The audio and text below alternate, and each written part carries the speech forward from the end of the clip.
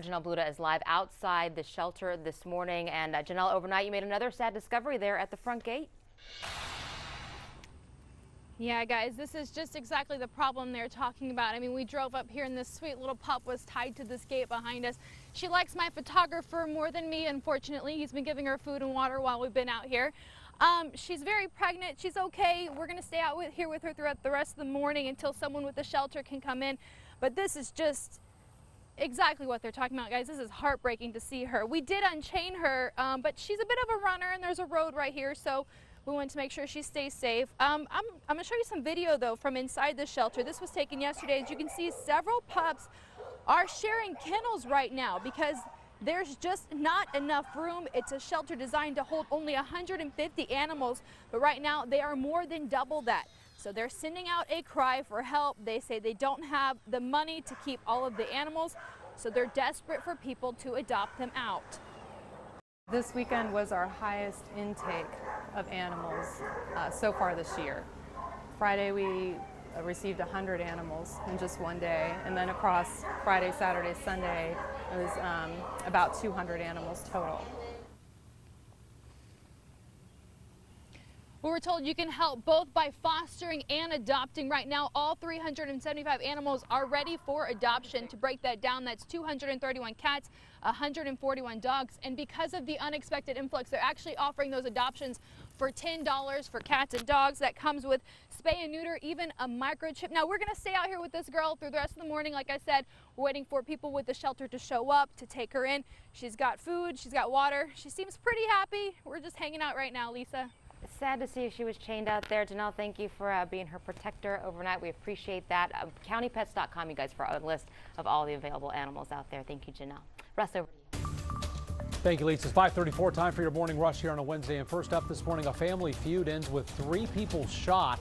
This is in North Houston. Overnight, investigators say the 2 men started shooting, hitting one man's girlfriend and a bystander. The third person shot one of the gunmen. All 3 expected to be okay. At last check, police were questioning that second shooter.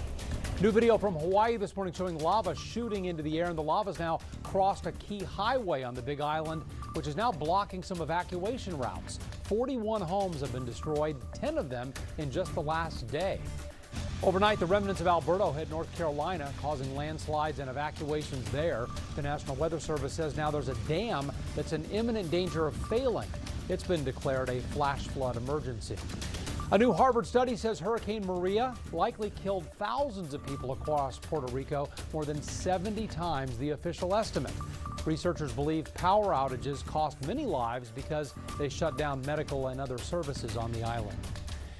The Astrodome is now a historic landmark. They unveiled the marker outside the stadium yesterday. There it is. By the way, the dome is already protected from demolition thanks to a state antiquities landmark designation. That one came last year. And Astros Gold Rush starts in 30 minutes this morning. The team rolling out some new championship gear, including more gold jerseys. You can also grab photos with the World Series trophy at the team store from 6 until 8 this morning, so get down there early. Tonight, the Stros are looking for redemption against the Yankees after blowing a 5-3 lead in the 9th inning last night at Yankee Stadium. First pitch tonight from the Bronx is 5:35, and that's your morning rush.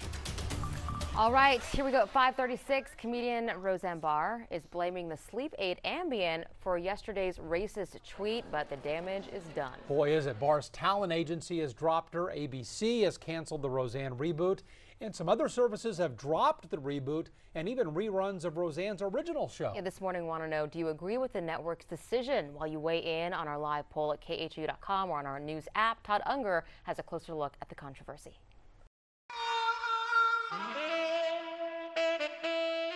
The music was unmistakable. The laugh, unforgettable. But Tuesday marked a sudden end for the hit ABC reboot that was hitting close to home for so many viewers. I think it resonated with almost any generation, with almost any class. Middle class, low class, high class. Roseanne Barr wasn't afraid to steer her family-friendly sitcom to conversations many of us are having within our own families. How could you have voted for him, Roseanne? He talked about jobs, Jackie. He said he'd shake things up. But early Tuesday morning, it was Barr shaking things up, and not in a good way, firing off a racist and bizarre tweet, quote, Muslim Brotherhood and Planet of the Apes had a baby equals VJ. Those initials stand for Valerie Jarrett, a close friend and advisor to former President Barack Obama. Within hours, ABC canceled the show. People are kind of fed up with putting up with things that feel wrong and feel bad for a long time. So today I don't think the public nor people in power are very interested in letting it continue. Dr. Linda Metcalf is in charge of graduate counseling programs at Texas Wesleyan in Fort Worth. She knows a lot about people and online trends. It's a attention-getting maneuver to be heard without having to face the consequences immediately. She thinks a lot of users on Twitter and Facebook, not just Roseanne, throw out online bombs or thoughts they would never utter in person.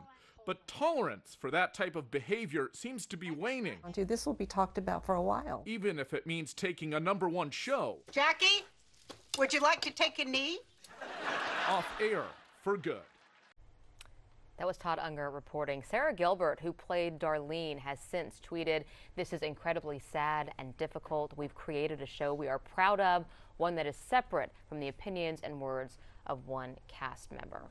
And right now the vote very close about whether ABC did the right thing or not with our unscientific poll yeah, here this right. morning. And it's unclear if another network will pick it up. Yeah. We don't know yet. You never know. It could be a spin-off without Roseanne. Yep. I don't know. There could be a lot of True. things that could happen. Very true. All right, Cheetah's tracking what's left of Alberto, and I know it's kind of loosely organized at this point, but still dropping a lot of rain, right? It's still dropping a lot of rain, very loosely organized. You know, we are dry here, so we're dry almost over the next 10 days. I'm going to get to our forecast, but I thought I would show you, our first tropical system, our subtropical storm that made landfall. Now take a look at this area of low pressure passing through Kentucky, and this will hold steady northward and probably impact areas in Chicago and the Great Lakes. But look at all the outward activity. So moving across portions of Alabama into Georgia, all the way from the Carolinas. So those outer bands still making a big impact here all across the eastern third of our country.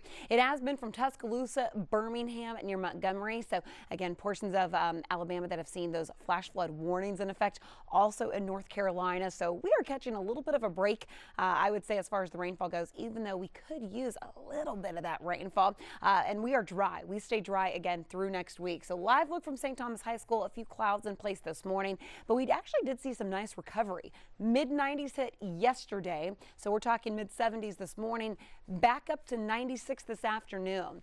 Today, humidity will still be in place, but as we head into the upcoming weekend, humidity starts to back off, and that's how our temperatures are going to be nearing 100. We're still under that big area of high pressure, and that's what's just going to keep us really hot. 96 today, Darby. We're near 100 by Saturday and Sunday. Wouldn't be surprised if a few neighborhoods actually hit that triple-digit mark. I wouldn't be surprised either. This is Houston. All right, well, out the door for the most part, it's pretty quiet for the most part. Have you heard about Highway 290? Overnight, an 18-wheeler caught fire, 290 outbound Muskogee. The freeway still shut down, and so is the frontage road. So what they're doing to you is they're taking you off at the Spring Cypress exit. You got to go through that light to get to Cypress Rose Hill, northbound up to Cypresswood, and then you take Cypresswood on over to Lowetta, then back down to Highway 290. But the problem is, you can go to my Twitter page, my Facebook page, all the details are there. Here's the frontage road at Spring Cypress going up towards Cypress Rose Hill. It is a real parking lot, so just be ready for that. Now, 290 inbound, you're not affected by this. You're running delay free. Starting to see some slow traffic, though, on I-45, the North Freeway, 32 minutes, 1488 to downtown. Look for brake lights as you approach the Shepherd curve into about Parker. No delays on the Hardy Toll Road, and 69 as you come in from New Caney, still running pretty quiet, as you can see, averaging 69 miles per hour. Okay, Darby, thank you. It's 5:41 this morning. A lot of people talking about a popular televangelist this morning after he made a donation request that's raising a lot of eyebrows. Yeah, Doug Deloney is here with more on why he says he needs all that money. Doug, he says he wants to buy a jet. Yeah, guys, take a look. It's a pretty jet with a pretty price tag. $54 million. That's right. Louisiana televangelist Jesse Duplantis recently asked his followers to help him buy it. Now, he says he has his reasons. I really believe that if Jesus was physically on the earth today, he wouldn't be riding a donkey. He'd be in an airplane preaching the gospel all over the world. So there you have it. There you have it. Duplantis says Jesus Christ would have one, so he wants one too.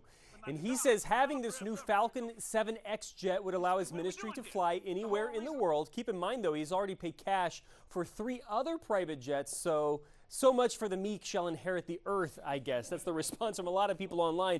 Christy on our Facebook page turns to the scriptures. She says, I think he's forgotten, I am the Lord your God. Thou shalt not have strange gods before me, or the love of money is the root of all evil. Donna says, and yes, Jesus did ride a donkey. This clearly is someone who is more about the money and greed rather than spreading the gospel. And then comedian Tom Segura, based out of Los Angeles, says, I gotta say, this seems pretty legit. Jesus loved luxury, and this man Jesse is a messenger for him. How can I help? I want to donate. I know many of my followers do as well. I think there's a little bit of sarcasm. A little bit. It's going to be interesting to see if this guy actually gets the $54 million, because I'm sure he has a lot of supporters, but that can buy a lot of flights on other, even private charter jets to send doctors to third world countries, and it's really hard to defend him. Why does he need a fourth jet? Has he specified what's wrong with the other three? You know, I don't know what the other models he has are, but they may not be fit for international travel. Maybe they can't fly overseas. Can I go out on a limb here and say that I think Jesus would have been riding coach? I don't think he would have had his own. I don't think he would have had his own jet. I'm probably so. It's a total guess. It could be. I'm just saying. We'll see where this goes. We'll keep you posted. Thanks, Doug. All right, 5:43 is